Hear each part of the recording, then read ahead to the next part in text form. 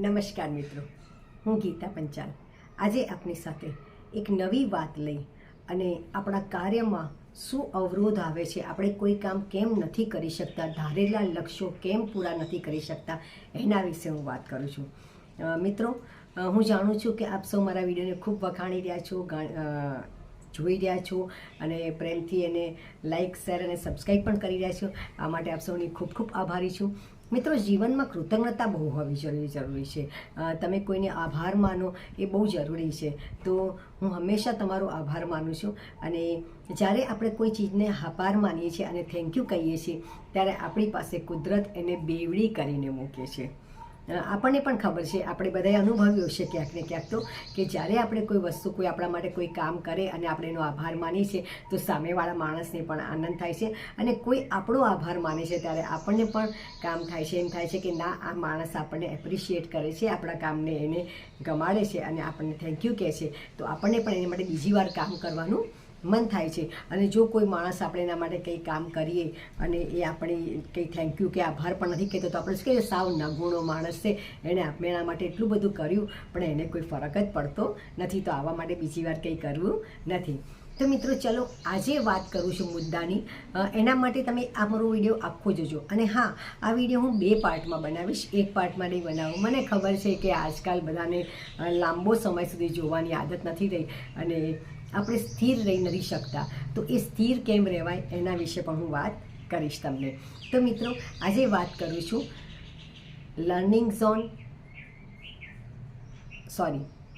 આજે વાત કરું છું હું કમ્ફર્ટ ઝોન, લર્નિંગ ઝોન અને પેનિક ઝોનની. આ 3 પ્રક્રિયા આપણા જીવનમાં સતત ચાલ્યા કરે છે, ચાલ્યા કરે છે અને એના કારણે આપણે કોઈ પણ કામ કે આપણા ધ્યેયને, લક્ષ્યને પૂરું નથી કરી શકતા એનું આપણને સમજાય છે. તો કેવી રીતે? ચલો મિત્રો, આજે એને હું સમજાવું છું તમને અને ધ્યાનથી જોજો અને સાંભળજો. મિત્રો, આપણે આ 3 ઝોનમાં જીવીએ છીએ, કમ્ફર્ટ ઝોન, લર્નિંગ ઝોન અને પેનિક ઝોનમાં. તો કેવી રીતે? મોટાભાગે આપણે કમ્ફર્ટ ઝોનમાં રહીએ છીએ. આપણને ત્યાં કમ્ફર્ટ મળે, આરામ મળે, ત્યાં આપણને પસંદ છે અને આપણને એમ થાય કે હાશ, અહીંયા શાંતિ છે અને હવે કંઈ કરવું નથી.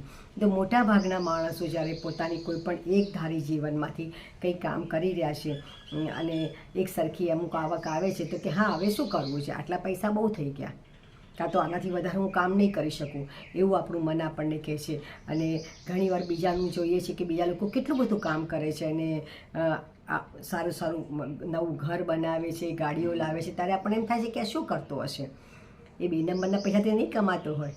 ના મિત્રો, સાવ એવું નથી હોતું.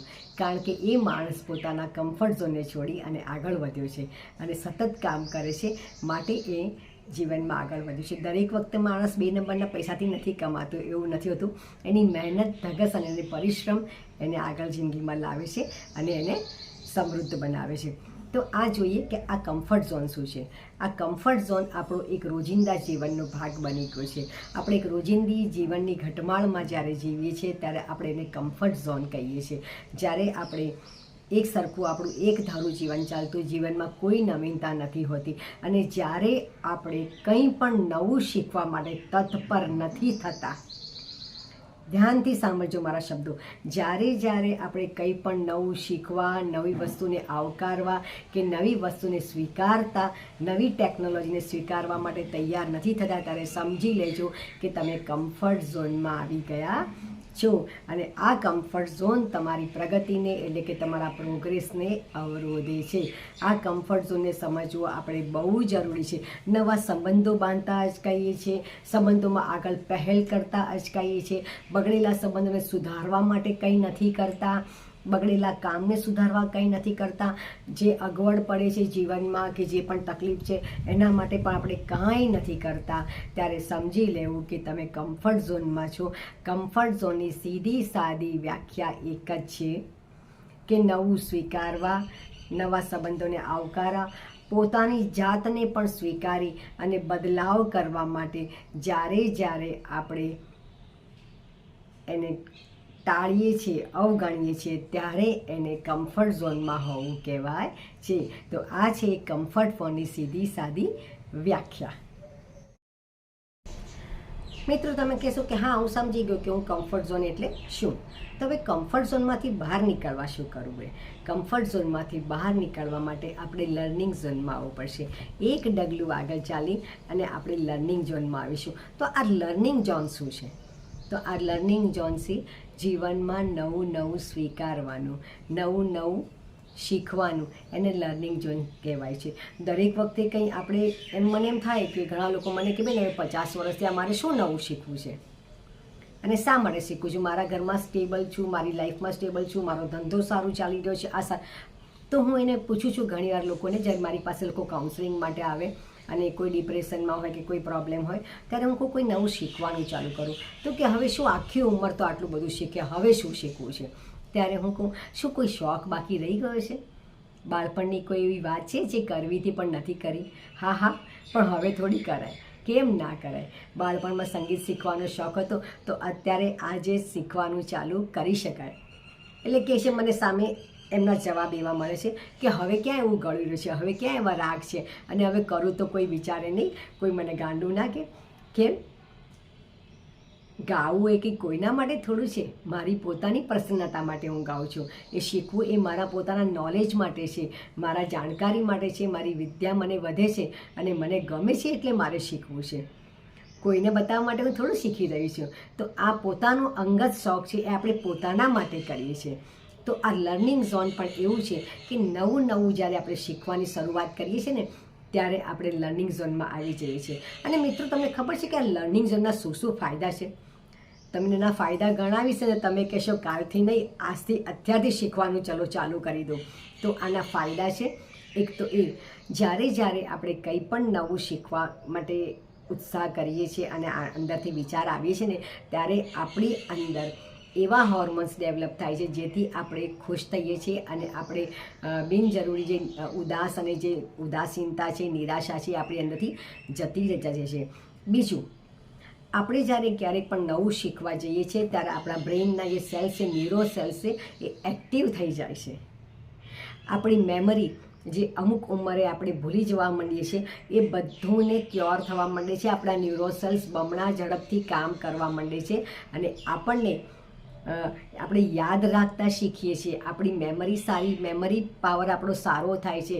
આપણે કંઈ પણ શીખવા માટે તત્પર થઈએ છીએ ત્યારે આપણી સમજ એટલે કે આપણા જ્ઞાન ચક્ષુ ખુલી જાય છે. આપણી બધી જ ઇન્દ્રિયો સારી રીતે કામ કરવા માંડે છે.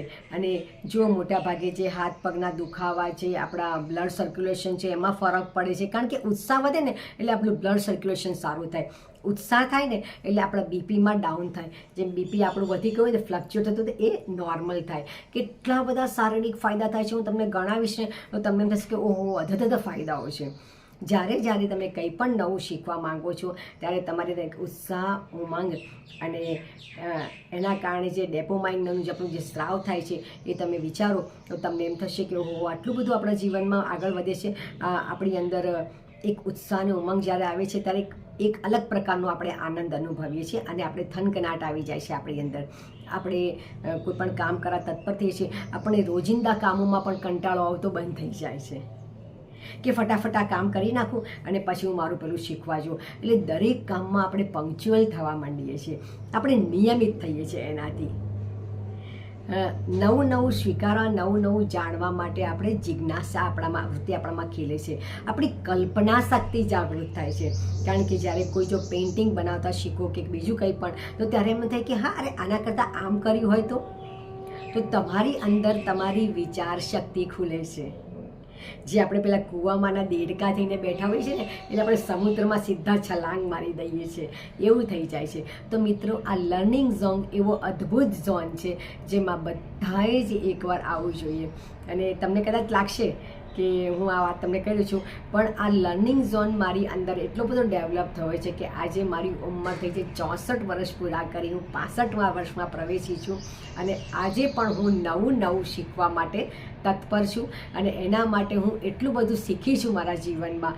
અને મારા વિડીયોઝ તમે જોશો કે અલગ વાત પર મારા વિડીયોઝ છે, તો તમે પણ જોઈ શકશો કે હું કેટલી બધી થેરપીઓ શીખી છું. અને મને સ્વસ્થ અને તંદુરસ્ત કેમ રહેવાય, મનથી સમર્થ અને શાંત કેમ રહેવાય, શરીરથી સ્વસ્થ અને તંદુરસ્ત રહેવાનું, અને આ બધું હું શીખી છું. અને એના કારણે હું આજે ખૂબ ખુશ છું, અને ખુશી મળી જાય છે આપણે એનાથી.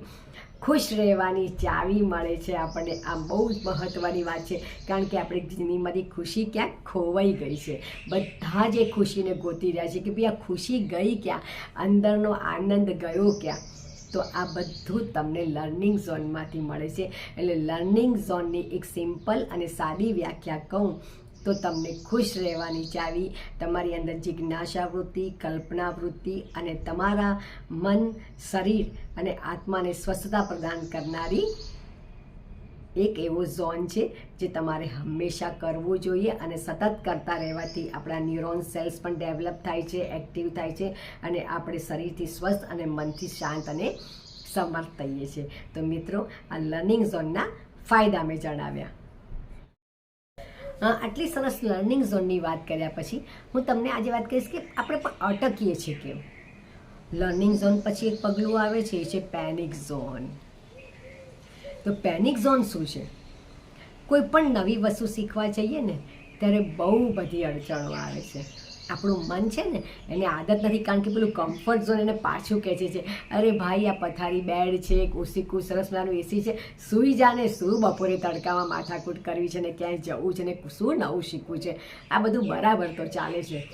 તો આ કમ્ફર્ટ ઝોન આપણને પાછળ ખેંચે છે, લર્નિંગ ઝોન આપણને આગળ ખેંચે છે, અને પેનિક ઝોન ત્યાં તમને ઊભો રાખે છે.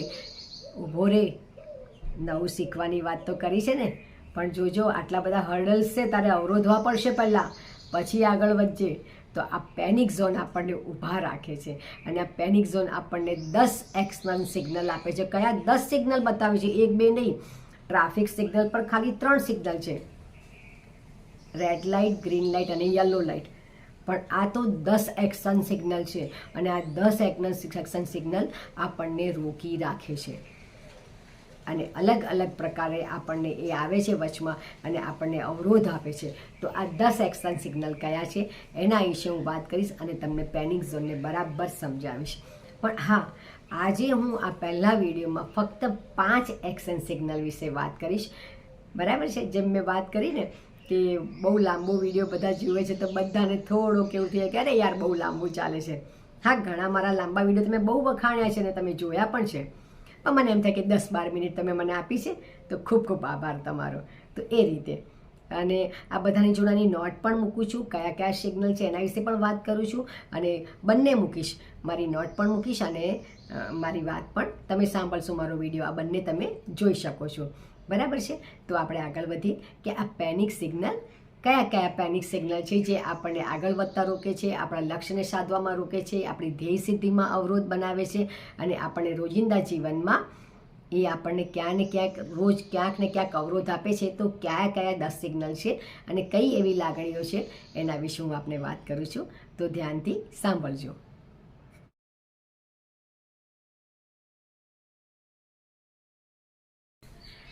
આજે આપણે પ્રથમ 5 એવી લાગણીઓ છે જે આપણને જીવનમાં આગળ વધતા આવ્યું છે, અને તમે પણ જોજો કે આ 5 લાગણીઓ તમારી અંદર છે, કારણ કે મૂળ 10 શીખવું છું, પણ અત્યારે પહેલાં હું 5 કહું છું. અને હા મિત્રો, જો તમારામાં આ 5 લાગણીઓ, આ 5 એક્શન સિગ્નલ તમને રોકતા હોય, અવરોધતા હોય, તો મને કોમેન્ટમાં નીચે હા લખજો, અને જે અવરોધ તમને થતો હોય, જે લાગણી તમને અવરોધતી હોય એ લાગણીનું નામ લખજો. તો ચલો, સૌથી પહેલી છે આળસ. આ આળસ ભલભલા માણસને પાછો પાડે છે. ગમે એટલો હોશિયાર માણસ હોય, ગમે એટલો ટેલેન્ટેડ માણસ હોય, પણ જો એનામાં આળસ નામનું તત્વ આવી ગયું, આળસ નામની લાગણી આવી, તો જીવનમાં ક્યારેય કોઈ દિવસ આગળ પોતે વધી શકતો નથી, અને જીવનમાં હંમેશા એ પાછળ રહી જાય છે, અને રોદણા રડતો રહે છે, અને એને જીવન પાસેથી કશું જ માંગવું હોતું નથી. પોતાની આળસ સિવાય એ બધામાં કમ્ફર્ટ ઝોનમાં પકડી રાખવા માટે આળસ એ સૌથી મોટી લાગણી છે જે જવાબદાર છે. નંબર 2, અભાવ. ઘણીવાર માણસોને કામ બહુ જ કરવું હોય છે, પણ એને બધાનો અભાવ લાગે છે. ક્યાંક પોતાની બુદ્ધિનો અભાવ લાગે છે, ક્યાંક પોતાના સહયોગનો અભાવ લાગે છે. બહેનો એમ કહેશે કે અમે નીકળવું તો છે, પણ ઘરમાં કોઈનો સહયોગ નથી મળતો, એટલા બધા કામ છે, મારે એકલીએ કરવા પડે છે અને હું સમય નથી કાઢી શકતી. ઘણીવાર પૈસાનો અભાવ હોય છે કે પૈસા નથી, નવું શીખવું તો છે પણ પૈસા નથી, તો પૈસાનો અભાવ છે. આ રીતે અભાવની લાગણી છે એ આપણને પકડી અને જકડી રાખે છે. મિત્રો, આળસ તમને સુવાડી દે છે અને અભાવની લાગણી તમને પકડી રાખે છે અને જકડી રાખે છે. તો આ અભાવની લાગણી શું કામ કરે છે, ચલો જરાક સમજીએ. અભાવ છે એ આપણને જીવનમાં ક્યાંક ને ક્યાંક ડગલે પગલે આવે છે. કોઈકનું સારું જોઈને પણ આપણને અભાવ ઉત્પન્ન થાય છે. ભલે આપણને એની જરૂર ના હોય તો પણ આપણને એમ થાય છે કે કેવું સરસ વાપરે છે, મારી પાસે આ નથી, અત્યારે મારે આ સમયે કોઈ વસ્તુની જરૂર નથી, તો પણ મારી અંદર આ અભાવની લાગણી જ્યારે જન્મી જાય ત્યારે મને નાની નાની વાતોમાં દુઃખી થવા માટે કોઈ રોકી શકતું નથી. નાની નાની બાબતોમાં હું દુઃખી થઈ શકું છું, હું કંટાળી શકું છું, મારે મનમાં એમ થાય કે દુનિયાની સૌથી દુઃખી વ્યક્તિ છું એવું મને લાગવા માંડે છે. કેમ? કારણ કે અભાવની લાગણી તમારી અંદર આટલી બધી નકારાત્મક ભાવના રોપી દે છે. તો આ આપણે ખાસ સમજવાનું છે કે મને જીવનમાં કોઈ વસ્તુનો અભાવ તો નથી ને. જુઓ મિત્રો, આ દુનિયામાં એક સર્વસામાન્ય નિયમ ચાલે છે કે જેટલું જેનું પવાલું એટલું એની પાસે વસ્તુ છે, એટલે જેટલી જેની શક્તિ છે એટલું એ મેળવે છે. અને શક્તિ અનંત શક્તિ છે, દરેક માનવી પાસે અનંત શક્તિ છે, પણ એ પોતાની જેટલી શક્તિનો ઉપયોગ કરે છે એટલી શક્તિ એને ઉપયોગમાં આવે છે. તો હવે આ અભાવ માટે તમારે શું કરવું જોઈએ? અભાવની લાગણીમાંથી બહાર નીકળવા માટે પણ હું તમને એક સામાન્ય અને એક ખૂબ જ ઉપયોગી એવો ઉપાયની વાત કહી દઉં છું. મિત્રો, જો તમે હાલ આના પર કામ કરશો તો તમને ચોક્કસ સફળતા મળશે. અને જેવું તમે મેં કહું એવું એક લિસ્ટ બનાવશો તો તમે અત્યારે આ વિડીયો જોતા તમે જો પેન અને નોટપેડ લઈને બેઠા હશો અને તમે લખવા માંડશો હું જે કહું એ, તો તમે ચોક્કસ વિચારજો, થોડીક વાર એને તમારા મનને એકદમ આનંદ અને શાંતિ લાગતી હશે. તો એ શું છે? ચલો કહું. તમારી પાસે જેટલા રિસોર્સિસ છે એ રિસોર્સિસની તમે કાઉન્ટિંગ કરો, ગણતરી કરો કે મારી પાસે અત્યારે શું શું છે. રિસોર્સિસ એટલે સંસાધનો. મિત્રો, જ્યારે હું અત્યારે બેઠી તમારી સાથે વાત કરું છું ત્યારે મારી પાસે કેટલું બધું છે હું તમને જણાવું. અત્યારે મારી પાસે તમે બધા છો મારી વાત સાંભળવા માટે. મારી પાસે હું પોતે છું, મારું પોતાનું નોલેજ છે. નંબર 1, મારી પાસે આ મોબાઈલ છે અને મોબાઈલમાં ઇન્ટરનેટ છે 2 અને 3. મારી પાસે અત્યારે એવું વાતાવરણ છે અને એવો સમય છે જેનાથી હું તમારી સાથે વાત કરી શકું. નંબર 4 અને નંબર 5. મારી પાસે એના માટેનું સ્ટેન્ડ છે, આ સ્પીકર છે 6 અને 7. આ ચેર છે 8. આ મૂકવા માટે ટેબલ છે 9. મારી પાસે એની નોટ છે 10. અને સૌથી વધારે મોટું તો કેટલું બધું મારું મન છે.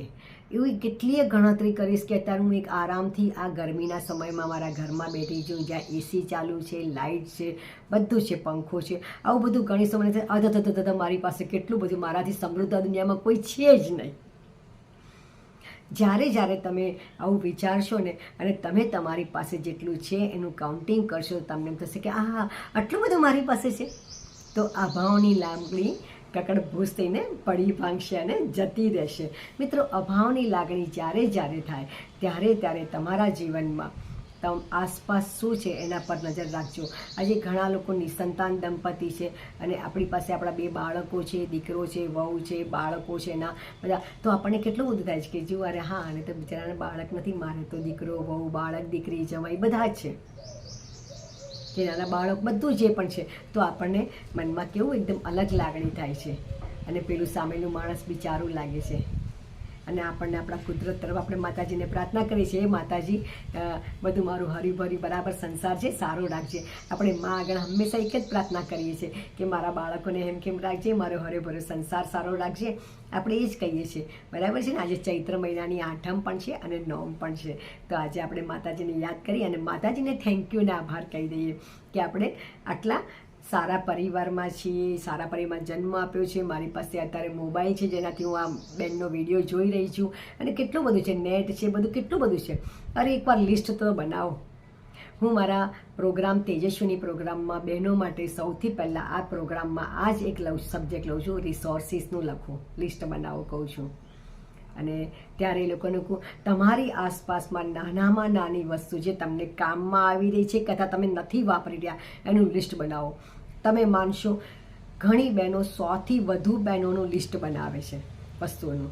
કેવી રીતે? પોતાના પર્સમાં પણ જુએ કે આ છે તે છે. હું કહું આખી આજુબાજુ તમે બધું જુઓ. હોલમાં છે તો ખુરશી છે, ટેબલ છે, પેડ છે, આ છે, એસી છે, બારી છે, પંખા છે, એટલું બધું તમે જુઓ ને તો તમને એમ થશે કે વાહ વાહ આટલું બધું લખાય. હા, આ બધું રિસોર્સિસ છે આપણી પાસે, આપણે જેનો ઉપયોગ કરીએ છીએ ને. તો મિત્રો, આ રિસોર્સિસનો હું બહુ રીતે લઉં છું અને એની ઘણી વાતો કરું છું. હું બીજી વાર તમને એક આગળના વિડીયોમાં રિસોર્સિસની બીજી પણ વાત કરીશ કે તમને એમ થશે કે આટલું બધું અદ્ભુત આ રિસોર્સ આપણા જીવનમાં ભાગ ભજવે છે. અત્યારે આપણી પાસે સમય નથી એટલે અહીંયા આગળ હું રિસોર્સિસની વાતને વિરામ મૂકું છું અને પૂર્ણ કરું છું. આગળ જાણીએ આપણે ચોથી કઈ લાગણી છે. અગાઉ 2 લાગણીની વાત કરી, આળસ અને અભાવ. હવે વાત કરીશ હતાશા, નિરાશા અને અપરાધ ભાવ.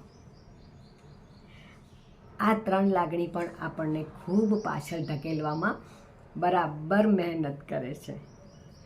તમે કહેશો હતાશા અને નિરાશામાં શું ફરક?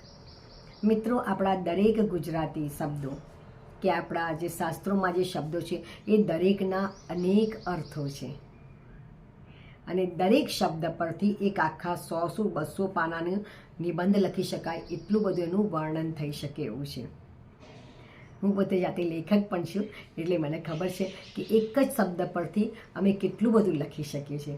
હતાશા એટલે કે હતાશાનો અર્થ અહીં એવું થાય છે, હતાશા એટલે કે જ્યારે તમારી હતાશા આશાને હત થઈ છે, આશા પૂર્ણ થઈ, જેના પર તમે આશા રાખેલી એ આશા તમારી પૂરી ના થઈ અને એ આશા પડી ભાંગી છે, એણે તમારી આશા પૂરી કરી નથી. ધારે કે કોઈ વસ્તુ માટે હોય કે તમારા કોઈ વ્યક્તિ માટે, નજીકના સંબંધો, મોટે ભાગે સંબંધોમાં આ ભાગ ભજવે છે. વસ્તુ જોડે આપણે આશા નથી રાખતા, એ આટલી ચાલશે કે આટલી નહીં ચાલે એ આપણને બહુ નથી માયને રાખતું. પણ કોઈ સંબંધ, આપણા નજીકના સંબંધો, આપણા પ્રેમાળ સંબંધો, જ્યારે એમની તરફ આપણે ખૂબ આશા રાખી હોય અને એ લોકો આપણને સાથ નથી આપતા ત્યારે હતાશા થાય છે. આપણને આપણી આશા હત થાય છે, આપણી આશાને એ લોકો ખોટી પાડે છે કે હું આ કામ કરીશ અને કોઈ વાર કોઈ આપણે વચન આપે છે કે હું આ કામ કરીશ અને નથી કરતા ત્યારે તમને જે થાય છે એ હતાશાની લાગણી થાય છે કે આણે આ મારી આશા પૂરી કરી નહીં, મને એણે બહુ કીધેલું કે હું તારા માટે આવું કરીશ પણ એ કર્યું નથી. મોટે ભાગે કોઈ પણ સ્ત્રીને પોતાના પતિ તરફથી અને બાળકો તરફથી આ લાગણી મળી શકે છે, પોતાના ભાઈ બહેન તરફથી પણ મળી શકે છે, આ કોઈ પણ કુટુંબી તરફથી આપણને મળી શકે છે. આપણા નજીકના પ્રિયજન તરફથી જ આપણને હતાશાની લાગણી મળે છે ભેટ સ્વરૂપે. તો આને આપણે કેવી રીતે અવગણીશું? જ્યારે પણ આપણે કોઈની પાસે હતાશા આપણને થાય છે ત્યારે સમજી લેવાનું કે આ મારી એની પાસે આશા નથી પણ અપેક્ષા હતી. જ્યારે જ્યારે આપણે કોઈની પાસે વધારે પડતી અપેક્ષા રાખીએ છીએ ત્યારે એ આપણી આશાને હત કરે છે. આપણે એને આશા રાખી કહેવાય છે પણ એ આશા નથી હોતી, અપેક્ષા હોય છે અને અપેક્ષા ક્યારે પૂરી થતી નથી. મેં તારા માટે આટલું કર્યું એટલે તું મારા માટે પણ આટલું કર, એ કરીએ છીએ એ અપેક્ષા કહેવાય છે. આશા માત્ર ઈશ્વર જોડે રાખવી જોઈએ કે હે ઈશ્વર, હું આટલું મારું કામ કરી રહી છું અને આ તું કામ કરવામાં મને મદદ અને સાથ આપજે. પૂરી કરવાની વાત ન કરતી, કોઈ પણ વસ્તુમાં આપણને મદદ અને આપણને અનુકૂળતા આપીને એ પણ આપણી આશાને પૂર્ણ કરવા જેવું છે. તો મિત્રો, બહુ સિમ્પલ અને સાદો આનો અર્થ છે કે જ્યારે જ્યારે તમને હતાશા થાય ત્યારે તમે તમારી જાત જોડે તમે આશા રાખી છે એ પહેલાં પૂછજો કે હું મારી જાત જોડે શું અપેક્ષા રાખી છે કે આશા રાખી છે કે ગીતા આટલું તો તું કરી શકીશ. તો એ ક્યારેય તમારી જાત જોડે રાખેલી આશા અને એમાં આપણે અભાવ અને આળસની બે જે પહેલાંની લાગણી છે એને પૂર્ણ કરીશું, એને દૂર કરીશું ત્યારે આપણી દરેક આશાને આપણે પૂરી કરી શકીશું. તો મિત્રો, આ હતી આપણી હતાશાની વાત.